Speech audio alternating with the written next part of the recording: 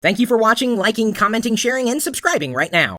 Who are you and what do you do? Hi, my name's Ewan Spence. You might recognise me from such websites as www.twitter.com/Ewan, allaboutSymbian.com, and Hey, we've already done this once before. It's like Groundhog Day, except 2.0.com. Yes, because everybody who is tuned in live, we've been talking for 3 hours now, and unfortunately... We've done everything. We've done magic, we've done back rubs, we've got strokey head things, we've done little tweaks like that, and we've discussed it. I thought we talked that we weren't going to re-record that part. No, it's this part we weren't going to do. Yeah, it's this part we can do. Yeah, there we go. Okay. So moving on from the fondling. I like the fondling. I like Richie as well. There's a book expo. Yes, but we're not there. We're here in the building with the Blog World New Media Expo. We can be. We can apparently walk into the Blog Expo with our little badges. Yeah. So we're here talking about the future of publishing. Are they doing anything up there talking about the future of publishing? Now, first of all, this is interesting because as all good interviewers know, you should never ask the same question twice unless you have a mistake. So, because I asked it earlier. We did, right. Yeah. So I'm asking it again, but I'm trying to pretend that it isn't all coming crashing down around us. I just want to make sure nothing's crashing into us. Oh, well, that would be fun, though. It wouldn't. Not really. YouTube has the funniest videos. Not going to happen again. Books, yeah.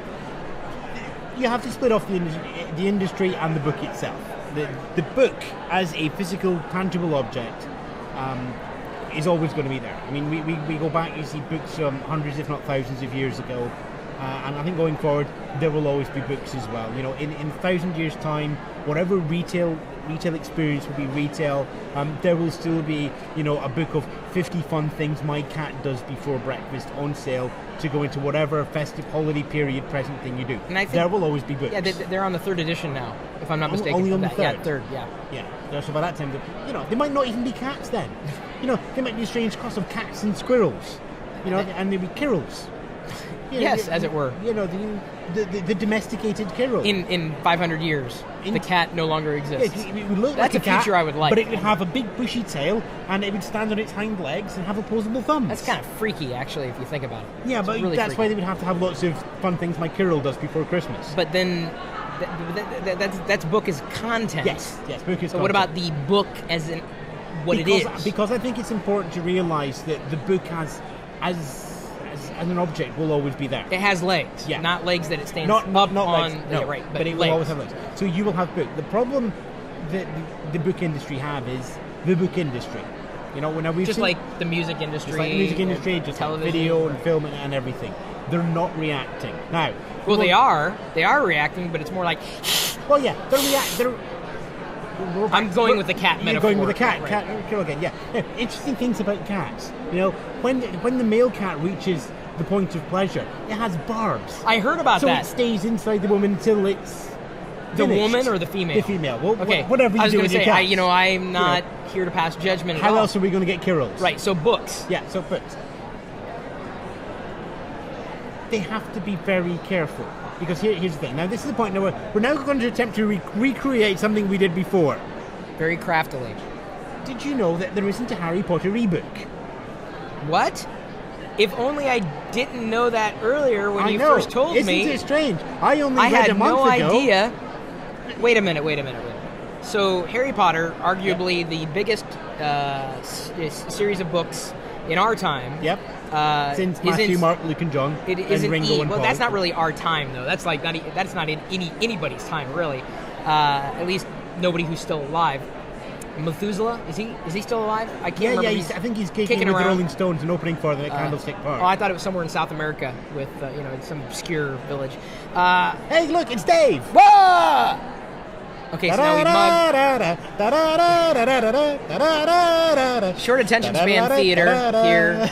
Next week on Police Squad. So books, they've got to evolve. They're not really paying attention. Harry Potter does not have an ebook. Yeah, the announcement a month ago from whoever the publisher was that we're delighted that we're now going to be allowed to make an ebook of the Harry Potters and sell them online and such like. And I'm thinking, well, that's a bit crazy because there was an ebook of Harry Potter about 6 hours before the last Harry Potter book came out. Because the internet, in this sort of democratized, we will give it personification, decided it needed an ebook. Of course. So everybody went away, scanned it. One person got a copy of the book, took a picture of every page. Everybody then parceled themselves out. Everybody wrote one page off the picture, put it all together, handed it to a team to spell check, and all of that. So an ebook was created in a matter of hours. Wow. Now, admittedly, this is just for Harry Potter. If you go up and you try and find, say, for example, the latest Rick Riordan novel, there's not going to be as much clamour for that. Again, this is where the book industry really needs to think unlike the music, the film, the TVs.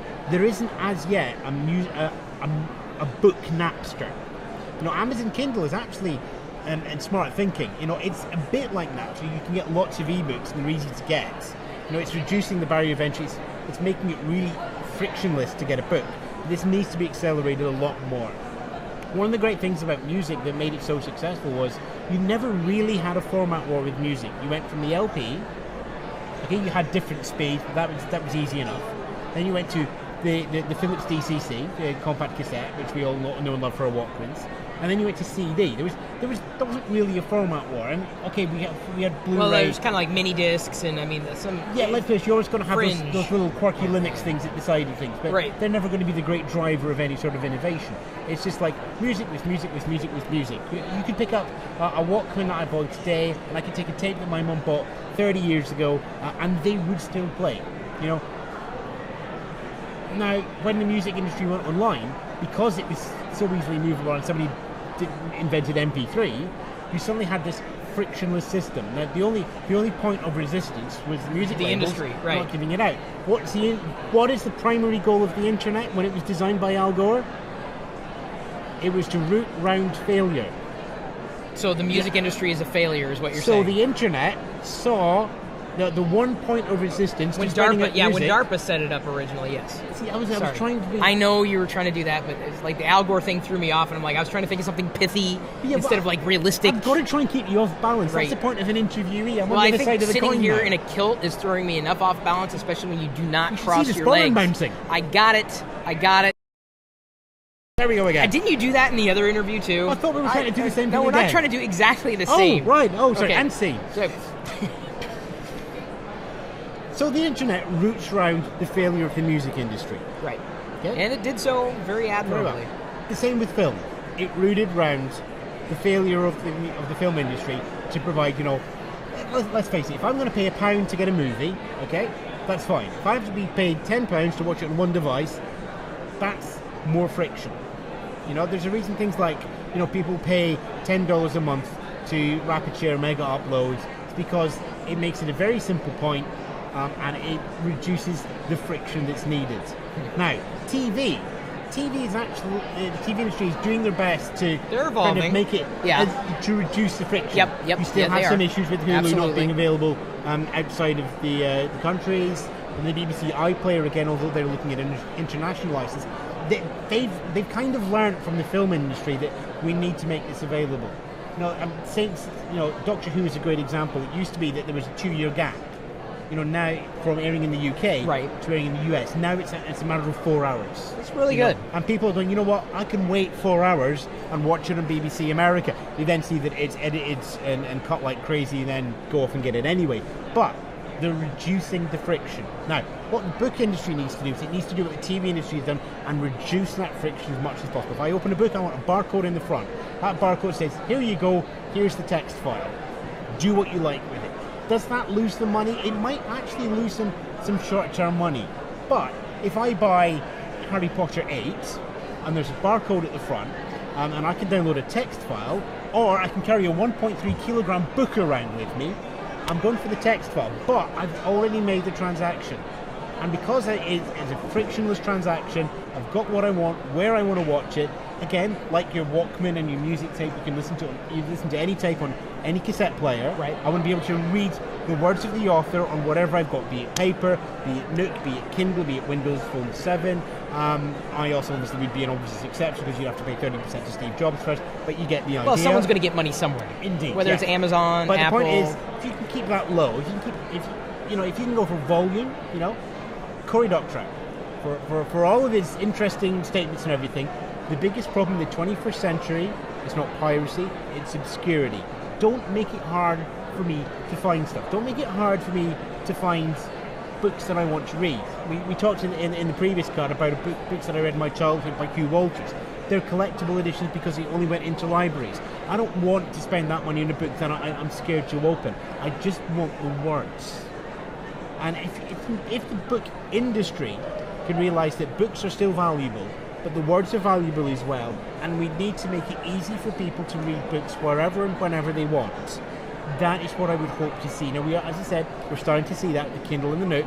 And again, I should be able to take a Kindle book and read it on my Nook, and read it on my Kindle. It's not the medium, it's the message. Yeah.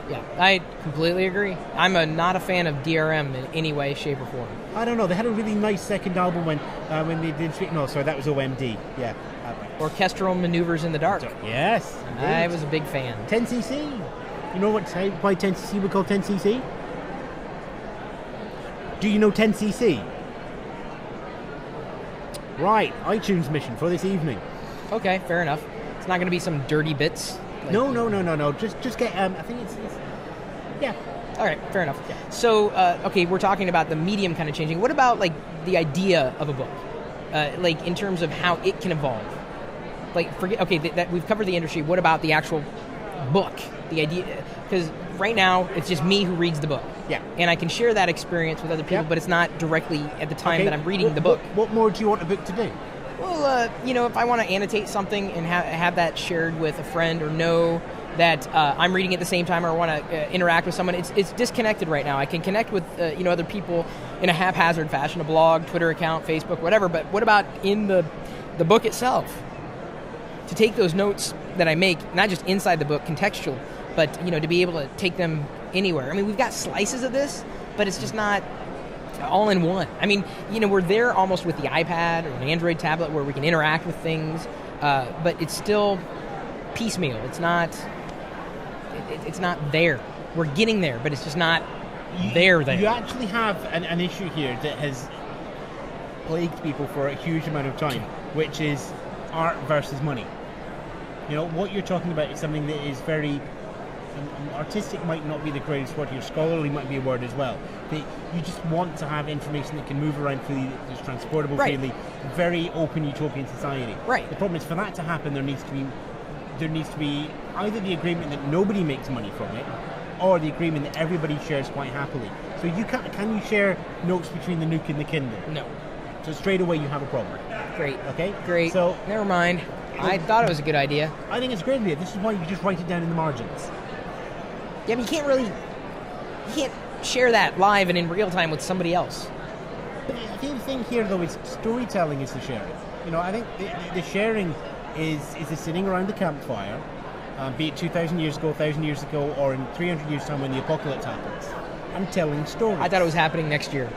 Oh, it happened actually 3 days ago. That was the rapture. That was a rapture. Only Bill Hunter, the Australian actor from Priscilla, the Queen of the Desert in Strictly Ballroom, he was the only person to actually go up there. There was a World Wrestling Ultimate Freedom Fighting guy who got taken himself. Two people Randy, got raptured. Macho Man. Two people got raptured. It's not that it didn't happen. It's just that only 2 people were judged sufficiently. Kind of sad, actually. Yeah. That those two of all the people in the world. Either that, or they were the only 2 that weren't judged. We might be in a copy of the Earth, yes, like the Matrix, right? And Bill and Super Freedom Ultimate Fighter is just left down there going, "Show me the Matrix, Bill. What is the Matrix?" And we're actually up here in little tiny eggs, like Lady Gaga, with crap in the back of our head, like connected somewhere.